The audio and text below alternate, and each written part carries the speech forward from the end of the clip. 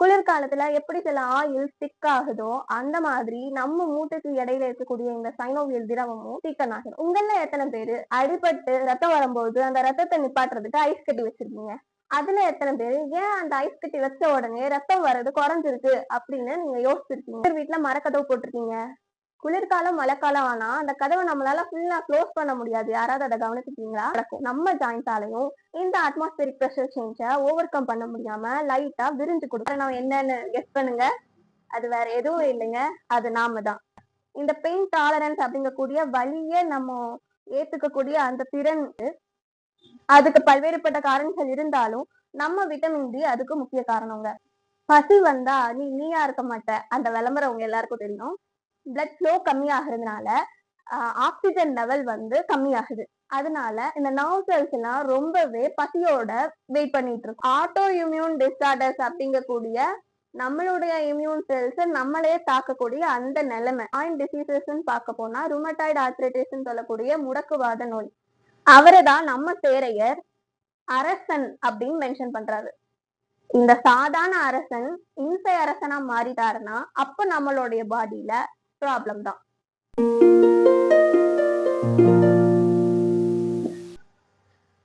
Viewers அனைவருக்கும் ஆரோக்கிய வணக்கம். குளிர்காலங்கள்ல தரையில படுக்காதீங்க, வாதம் வரும் அப்படின்னு நம்ம பாட்டிமாரோ இல்ல வீட்டுல இருக்க பெரியவங்களோ சொல்லி கேள்விப்பட்டிருக்கீங்க. அல்லது நம்ம சித்திக்கோ பெரியம்மாவுக்கோ பெரியப்பாக்கோ பக்கத்து வீட்டுக்கார ஆன்டிக்கோ வாட்டவர் இந்த குளிர்காலம் ஆனா போதும் முட்டுவலி வந்து அதிகமா ஆகிறத வந்து கவனிச்சிருக்கீங்க. இல்ல சிலர் வந்து உங்களுக்கே கால் வந்து மதமதப்பாவது, நரம்போட சேர்த்து இழுக்கிறது, பெருங்கால் பிடிப்பு, இந்த மாதிரியான சிம்டம்ஸ் குளிர்காலத்துல வரத கவனிச்சிருக்கீங்க. இதெல்லாம் ஏன் வருது அப்படின்னு எப்பவாவது யோசிச்சிருக்கீங்களா? இதுக்கான விளக்கங்களை தெரிஞ்சுக்கணும்னா நம்ம வீடியோவை ஃபுல்லா பாருங்க. ஃபர்ஸ்ட் காரணம், நம்ம மூட்டில் இருக்கக்கூடிய சைனோவியல் ஃப்ளூயிட் திக்கன் ஆகிறது. இன்ஜின்ல இருக்க ஆயில் மாதிரியே நம்ம மூட்டுகள்ல இயற்கையால அளிக்கப்பட்ட கொடைதான் இந்த சைனோவியல் ஃப்ளூயிட். குளிர்காலத்துல எப்படி சில ஆயில் திக் ஆகுதோ அந்த மாதிரி நம்ம மூட்டுக்கு இடையில இருக்கக்கூடிய இந்த சைனோவியல் திரவமும் திக்கன் ஆகிடும். அப்படி திக் ஆயிட்டா நம்மளுடைய மூவ்மெண்ட்ஸுக்கு ஏத்த மாதிரி இந்த சைனோவியல் ஃப்ளூயிடால இங்கேயும் அங்கேயும் மூவ் ஆகி கொடுத்து மூவ்மெண்ட்டுக்கு ஹெல்ப் பண்ண முடியாது. அதனால ஜாயிண்ட் மூவ்மெண்ட் ஸ்டிஃப் ஆகும், மேற்கொண்டு உராய்வு அதிகமாகும். இந்த உராய்வுனால இன்ஃப்ளமேஷன் வரும். இந்த இன்ஃப்ளமேஷன் உங்களுக்கு வலிய கொடுக்கும். ஏற்கனவே மூட்டெலும்பு தேய்மான பிரச்சனையினால கஷ்டப்பட்டுட்டு இருக்கிறவங்களுக்கு இது ரொம்பவே பெரிய தலைவலியா முடியும். ரெண்டாவது காரணம், ரத்த ஓட்டம் குறைகிறது. உங்கள எத்தனை பேரு அடிபட்டு ரத்தம் வரும்போது அந்த ரத்தத்தை நிப்பாட்டுறதுக்கு ஐஸ் கட்டி வச்சிருக்கீங்க? அதுல எத்தனை பேரு ஏன் அந்த ஐஸ் கட்டி வச்ச உடனே ரத்தம் வர்றது குறைஞ்சிருக்கு அப்படின்னு நீங்க யோசிச்சிருக்கீங்க?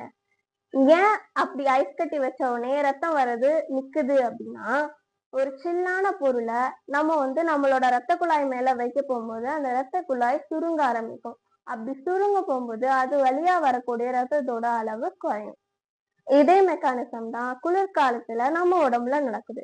இது ஒரு பக்கம் இருக்க, நம்ம பாடிக்குள்ள நமக்கே தெரியாம ஒரு அரசியல் நடந்துட்டு இருக்கு. அது என்ன அப்படின்னா, இந்த குளிர்காலத்துல நம்மளை சுத்தி இருக்க சூழ்நிலையில உள்ள எல்லாமே குளிர்ச்சியா மாற போகும்போது நம்ம பாடியோட ஹீட்டை ப்ரிசர்வ் பண்ணி வைக்கணும்னு பிளான் பண்ணும். எப்படி மாச கடைசியானா நம்ம ஒரு பட்ஜெட் மோடுக்கு போறோமோ அதே மாதிரி நம்ம பாடியும் பட்ஜெட் மோடுக்கு மாறிடுது. எப்படி வேலைக்கு போற மூத்த பிள்ளைக்கு மட்டும் நல்ல எலும்பு கறியும் மிச்சவங்க எல்லாத்துக்கும் மேலாப்புல மிதக்கிற கொழுப்பும் கிடைக்குதோ, சேம் மெக்கானிசம் தான் நம்ம பாடி வைட்டல் ஆர்கன்ஸ் ஆன ஹார்ட், லிவரு, கிட்னி அந்த மாதிரி முக்கியமான ஆர்கன்ஸுக்கு மட்டும் அதிக அளவு ரத்தத்தையும் அதிக அளவு ஹீட்டையும் கொடுத்துட்டு வெளிப்புறத்துல இருக்கக்கூடிய நம்ம கை, காலு, தோல் இந்த மாதிரியான பாடி பார்ட்ஸுக்கெல்லாம் கம்மியான அளவு ரத்தத்தை கொடுக்குது. இதனால நமக்கு கம்மியான ரத்தம் தான் கை, கால், மூட்டுகளுக்கெல்லாம் போய் சேருது. கம்மியான பிளட் சப்ளை மீன்ஸ் என்னன்னா, அந்த இடத்துக்கு போதுமான அளவு ஆக்சிஜன் கிடைக்காது, போதுமான அளவு நியூட்ரியன்ஸ் கிடைக்காது. இது மட்டும் இல்லாம அங்க உருவாகக்கூடிய கழிவுகளாலையும் வெளியேற முடியாது. இப்போ உங்களுக்கு ஆல்ரெடி ஒரு மூட்டு வலியோ இல்ல வேற ப்ராப்ளமோ இருக்கு, அல்லது நம்ம முன்னாடி டிஸ்கஸ் பண்ணோம்ல, அந்த பிரச்சனையினால உங்க கால்ல வந்து இன்ஃப்ளமேட்டரி கெமிக்கல்ஸ்லாம் உருவாகி இருக்கு. அது உங்க கால டேமேஜ் பண்ணுதுன்னு வச்சுக்கோங்க. நல்ல பிளட் ஃப்ளோ இருந்தா அந்த கெமிக்கல்ஸ்லாம் அப்படியே அடிச்சுட்டு போயிட்டே இருக்கும். பட் இங்க பிளட் ஃப்ளோ வந்து ஸ்டாக்னேட் ஆகுறதுனால அந்த கெமிக்கல்ஸும் அதே இடத்துல இருக்கும். அதே இடத்துல இருந்து மேற்கொண்டு மேற்கொண்டு இன்ஃப்ளமேஷனையும் வலியையும் உங்களுக்கு காஸ் பண்ணுது. அப்புறம் இந்த பெருங்கால் பிடிப்பு, கால் மதமதப்பு சொன்னோம்ல, அந்த பிரச்சனைக்கு காரணமும் கால்களுக்கு இந்த ரத்த ஓட்டம் குறையிறது தாங்க. 3வது காரணம் அட்மாஸ்பரிக் பிரஷர் சேஞ்ச். எத்தனை பேர் வீட்ல மரக்கதவு போட்டிருக்கீங்க?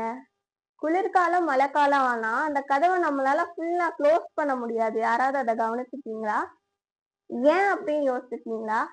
ஏன்னா குளிர்காலம், மழைக்காலம் ஆச்சுன்னா நம்மள சுத்தி இருக்க இந்த அட்மாஸ்பியர்ல இருக்கக்கூடிய ப்ரெஷர் வந்து ரொம்பவே கம்மியாயிரும். அதை காம்பன்சேட் பண்றதுக்காக எல்லா செல்ஸுமே என்ன செய்யும்னா விரிவடைஞ்சு கொடுக்கும். மரம் அப்படிங்கிறது ஒரு தாவர செல்னால ஆனதுங்கிறதுனால இந்த மரக்கதவுலாம் என்ன ஆகுதுன்னா விரிஞ்சிருது. அதனால ஃபுல்லா க்ளோஸ் பண்றது நமக்கு கஷ்டமா இருக்கு. இந்த சேம் மெக்கானிசம் நம்மளுடைய பாடிக்குள்ளேயும் நடக்கும். நம்ம ஜாயின்ஸாலையும் இந்த அட்மாஸ்பியரிக் பிரஷர் சேஞ்ச ஓவர் கம் பண்ண முடியாம லைட்டா விரிஞ்சு கொடுக்கும். சாதாரண மக்களுக்கு இந்த மைக்ரோ ஆல்ட்ரேஷனால எந்த ப்ராப்ளமும் வராது. ஆனா ஏற்கனவே முட்டி வலி இருக்கிறவங்களுக்கு இது பெரிய பிரச்சனையா மாறும். ஏன் அப்படின்னு கேட்டீங்கன்னா, ஆல்ரெடி தேய்மானம் உள்ளவங்களுக்கு இந்த லேசா இந்த ஜாயிண்ட் விரிவடைஞ்சு கொடுக்கறதுனால உராய்வு அதிகமாகும். இந்த ஃப்ரிக்ஷன்னால உங்களுக்கு மேற்கொண்டு இன்ஃப்ளமேஷன், மேற்கொண்டு பெயின் அப்படின்னு சொல்லிட்டு இந்த ப்ராப்ளம் அதிகரிச்சுட்டே போகும். 4வது காரணம் என்னன்னு கெஸ் பண்ணுங்க. அது வேற எதுவும் இல்லைங்க, அது நாம தான். இந்த குளிர்காலத்துல அப்படியே பெட்ல படுத்து போர்வைய போத்தி மூடி அப்படியே சுகமா தூங்குனா எப்படி இருக்கும்? சூப்பரா இருக்கும். ஆனா அதுவே நம்ம வந்து நம்ம லைஃப் ஸ்டைலா இந்த குளிர்காலத்துல மாத்திட்டோம் அப்படின்னா ஆக்டிவிட்டிஸ் கம்மியாகி போய் நம்மளோட சைனோவியல் ஃப்ளூயிடோடைய மூவ்மெண்ட்டும் குறைஞ்சு போய் அதை சுத்தி இருக்கிற மசில்ஸும் வந்து ஸ்டிஃப் ஆகி அப்புறம் வந்து நம்ம செடன்டரி லைஃப் ஸ்டைல்ல இருக்கிறதுனால கூட கொஞ்சம் வெயிட் அக்யூமுலேட் ஆகி நம்ம ஜாயிண்ட்டுக்கு நம்மள அறியாமலே ப்ரெஷர் மேல ப்ரெஷர் போட்டுக்கிட்டே இருக்கோம். நம்ம தான் இந்த மாதிரி ஜாலியா இருக்கோமே தவிர்த்து நம்ம ஜாயிண்ட் ஜாலியா இல்ல. 5வது காரணம் என்னன்னு தெரியுமா? அதுதாங்க நம்ம விட்டமின் டி. நம்மளுடைய லைஃப்ல நம்ம பல்வேறுபட்ட மக்களை வந்து பார்த்திருக்கோம். சிலர் வந்து தலைவலி ஆகட்டும், காய்ச்சல் ஆகட்டும், இல்ல அடிபட்டு ஒரு வலி வருதுனாலும் அல்லது வாழ்க்கையில ஒரு வலி வருதுனாலும் அதை வந்து அரசியல்ல இதெல்லாம் சாதாரணமாப்பான்னு கிராஸ் பண்ணி போயிடுவாங்க. ஆனா சிலர் அதே அளவு வலிய வந்து டாலரேட் பண்ண முடியாம வாழ்க்கையே முடிஞ்சு போயிட்ட மாதிரி ஃபீல் பண்ணுவாங்க.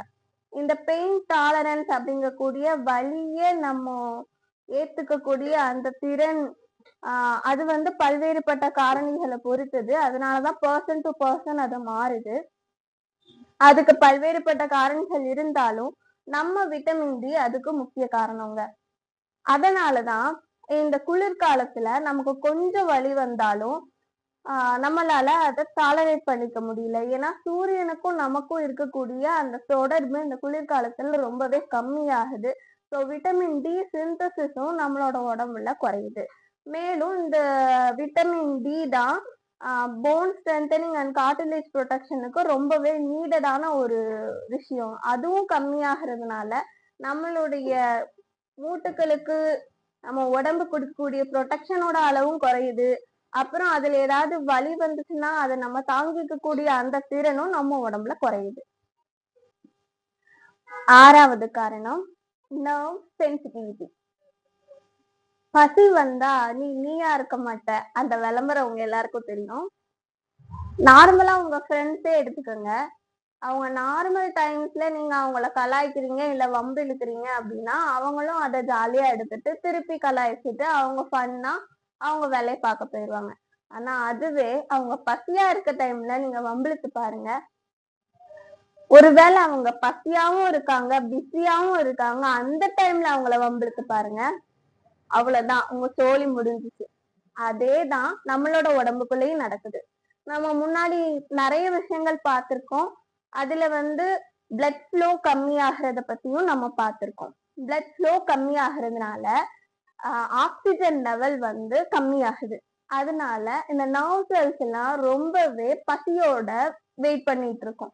அதே நேரத்துல மிச்ச ப்ராப்ளம்ஸ் எல்லாம் இருக்கிறதுனால லைக் இன்ஃப்ளமேஷன், அதுக்கப்புறம் அந்த மூட்டெலும்பு உராயிறது, வலிய கடத்தி கொண்டு போய் பிரெயினுக்கு கொடுக்கணும், அந்த குளிர்கால சூழ்நிலையை தாங்கிக்கணும், சுத்தி இருக்கக்கூடிய அட்மாஸ்பியர் ப்ரெஷரை அதுக்கேத்த மாதிரி இந்த செல்லும் விரிவடையும். இதனால இதனோட சேனல்ஸ்ல உள்ள அயான் சேனல்ஸ் எல்லாமே மாற்றி அமைக்கப்படும். இத்தனை வேலை இருக்கிறதுனால அது பிஸியாவும் இருக்கும். இந்த டைம்ல பெயின் அப்படிங்கிற வார்த்தையில பீன்னு நீங்க யோசிக்கிறதுக்குள்ளேயே அது ஷூட் அப் ஆகி ஷார்ப் பெயினா இருக்கிற மாதிரி நம்மளுடைய பிரெயினுக்கு உணர்த்துங்க. அதனாலதான் குளிர்காலத்துல எந்த ஒரு வலி வந்தாலும் அதை நம்மளோட உடம்பால தாங்கிக்க முடியறது இல்ல. இந்த முட்டி வலியும் அதுல ஒண்ணுதான். 7வது காரணம் டீஹைட்ரேஷன். நம்மள எத்தனை பேரு குளிர்காலத்துல தண்ணி குடிக்கிறோம்? தாகமே எடுக்கிறது இல்ல அப்படின்னு பாதி பேர் குடிக்கிறது இல்ல. அடிக்கடி குடிச்சா அடிக்கடி ரெஸ்ட் ரூம் போகணுமே அப்படின்னு சொல்லி பயந்து போய் சிலர் குடிக்கிறது இல்ல. பரவாயில்லைங்க, அடிக்கடி ரெஸ்ட் ரூம் போனாலும் பரவாயில்ல, தண்ணி குடிங்க. நார்மலா குளிர்காலத்துல நீங்க நோட்டீஸ் பண்ணி பாத்திருக்கீங்களா என்னன்னு தெரியல, இந்த குளத்து தண்ணி அப்படியே தேங்கி இருக்கும் பாத்தீங்களா, அதுல நீங்க காலை வச்சு பாத்தீங்கன்னா ரொம்பவே சில்லுன்னு இருக்கும். அதே ஓடிக்கிட்டே இருக்கக்கூடிய ஆத்து தண்ணியில நீங்க காலை வச்சு பாத்தீங்கன்னா அதனுடைய டெம்பரேச்சரை ஓரளவு அது மெயின்டைன் பண்ணும். அதே மாதிரி தாங்க ரெகுலரா நம்ம வார்ம் வாட்டர் குடிச்சுக்கிட்டே இருக்க போகும்போது என்ன ஆகும்னா நம்மளுடைய பாடி டெம்பரேச்சரை அது மெயின்டைன் பண்ணும். ஈவன் தோ ஸ்வெட்டிங் இல்லாததுனால அடிக்கடி ரெஸ்ட் ரூம் போற மாதிரி நமக்கு ஃபீல் ஆனாலும் இட் வாஸ் வெரி நெசசரி. அப்புறம் இந்த தண்ணி குடிக்கிறதுனால முட்டியோட ஹெல்த்துக்கு என்ன நல்லது அப்படின்னு பாத்தீங்கன்னா, நம்மளுடைய பாடி டீஹைட்ரேட் ஆக போகும்போது, ஸ்வெட்டிங் இல்லைன்னாலும் நம்ம சுவாசம் எடுத்து வெளியில விட போகும்போது டீஹைட்ரேட் ஆகும். அப்புறம் இந்த கோல்டான அந்த ஏருமே டீஹைட்ரேஷன் காஸ் பண்ணும். அப்படி டீஹைட்ரேட் ஆக போகும்போது என்ன ஆகும் அப்படின்னா நம்மளுடைய முட்டியில இருக்கக்கூடிய இந்த சைனோபியல் திரவமும் டீஹைட்ரேட் ஆகும். ஆல்ரெடி திக்கன் ஆனது மேற்கொண்டு டீஹைட்ரேட் ஆச்சுன்னா என்ன மாதிரியான பிரச்சனை வரும்னு உங்களுக்கே தெரியும். சோ தண்ணி குடிங்க. 8வது மசில் டைட்னஸ். குளிர்காலத்துல நம்ம மசில்லாம் ரொம்பவே டைட்டா மாறிடுங்க. அதனால நம்மளால இப்படி ஈஸியா ஒரு ஜாயிண்ட மூவ் பண்ண முடியாது. அந்த மசில் டைட்டா இருக்கிறதுனால ஜாயிண்ட்ல ஒரு ஸ்டிஃப்னஸ் வரும். அந்த ஸ்டிஃப்னஸ் நமக்கு பெயினை காஸ் பண்ணும். 9வது ரீசன் நம்மளோட own immunity. Vitamin D deficiency, அப்புறம் அதிகமான வைரல் இன்ஃபெக்ஷன், ஃப்ளூ இன்ஃபெக்ஷன்ஸ்லாம் வர்றதுனால நம்மளுடைய இம்யூன் செல்ஸ்லாம் ரொம்பவே வீக்கா இருக்கும். இந்த நேரத்துல ஆட்டோ இம்யூன் டிஸார்டர்ஸ் அப்படிங்கக்கூடிய நம்மளுடைய இம்யூன் செல்ஸ் நம்மளே தாக்கக்கூடிய அந்த நிலைமை அது அதிகமாகும். இப்போ ஆல்ரெடி அந்த டிசீசஸ் இருக்கிறவங்களுக்கு அது ஃபிளேர் அப் ஆகும், அக்ரஷன் ஆகும். நம்மளுடைய ஜாயிண்ட் டிசீசஸ்ன்னு பார்க்க போனா ருமட்டாய்டு ஆர்த்ரைட்டிஸ்ன்னு சொல்லக்கூடிய முடக்குவாத நோய், இந்த மாதிரியான நோய் நொடிகள் இருக்கிறவங்க குளிர்காலத்துல அதிகமான பாதிப்புக்கு ஆளாவாங்க. லாஸ்ட் பட் நாட் லீஸ்ட் 10வது காரணம் வாதம் அதிகரிப்பு. இது நம்ம சித்த மருத்துவ காரணம். அதோட நம்ம பாட்டி வீட்டுல இருக்க பெரியவங்க எல்லாம் ஏன் குளிர்ந்த தரையில படுக்காத, குளிர்ந்த காத்துல அலையாத, வாதம் வரும் அப்படின்னு சொல்றாங்க அப்படிங்கிறதுக்கான காரணம். சித்த மருத்துவத்தை பொறுத்த வரைக்கும் இந்த வாத பித்த கபம் இந்த 3 தாங்க எல்லாமே. மிகினும் குறையினும் நோய் செய்யும் வழிமுதலா எண்ணிய 3 அப்படின்னு திருவள்ளுவர் சொல்றதும் இந்த வாத பித்த கபம் தான். இந்த 3 எலிமெண்ட்ஸ்ல ஃபர்ஸ்ட் ஒருத்தர் இருக்காரே வாதம், அவரு ரொம்பவே முக்கியமான ஒரு ஆளு. அவரைதான் நம்ம சேரையர் அரசன் அப்படின்னு மென்ஷன் பண்றாரு. இந்த சாதாரண அரசன் இம்சை அரசனா மாறிட்டாருன்னா அப்போ நம்மளுடைய பாடியில ப்ராப்ளம் தான். இந்த வாதத்துக்கே ஒரு சில ஸ்பெசிபிக்கான கேரக்டர்ஸ் இருக்கு. அதுதான் வறட்சி அண்ட் குளிர்ச்சி. இதை எங்கேயோ கேட்ட மாதிரி இருக்கா? ஆமாங்க, நம்மளுடைய முதல் வீடியோல குளிர்காலத்துல அதிக சளியா அப்படிங்கிற வீடியோல நம்ம குளிர்ந்த காற்றுக்குள்ள ப்ராப்பர்ட்டிஸ பத்தி டிஸ்கஸ் பண்ணிப்போம். அதுல இந்த கோல்ட் ஏருக்கான ப்ராப்பர்ட்டியா இந்த ட்ரைனஸ் அண்ட் கோல்ட்னஸ் அதைத்தான் நம்ம வந்து எக்ஸ்பிளைன் பண்ணிப்போம். அந்த வீடியோவை பார்க்காதவங்க கட்டாயம் போய் பார்த்துருங்க. லிங்கை டிஸ்கிரிப்ஷன்ல கொடுத்துருக்கேன். இந்த கோல்ட் ஏருக்கு இருக்க சேம் ப்ராப்பர்ட்டி நம்ம வாதத்துக்கும் இருக்கிறதுனால நேச்சுரலாவே இந்த கோல்டு ஏர் கோல்டு கிளைமேட் வாதத்தை இன்க்ரீஸ் பண்ணும். நம்ம உடம்புல இந்த வாதத்துக்கு நிறைய முக்கியமான வேலைகள் இருக்குங்க. அதுல ஒரு முக்கியமான வேலை என்னன்னா இயக்கம். இந்த இயக்கம் பாதிக்கப்பட்டுச்சு அப்படின்னா அந்த இடத்துல இந்த வாதத்தோட பங்களிப்பு கட்டாயம் கொஞ்சமாவது இருக்குங்க. உதாரணத்துக்கு நரம்பு, இந்த மூட்டுக்கள் இதுல வந்து ஏதாவது ஒரு நோய் நிலை ஏற்பட்டுச்சுன்னா நிச்சயமா அந்த இடத்துல வாதத்தினுடைய பங்களிப்பு இருக்கும்.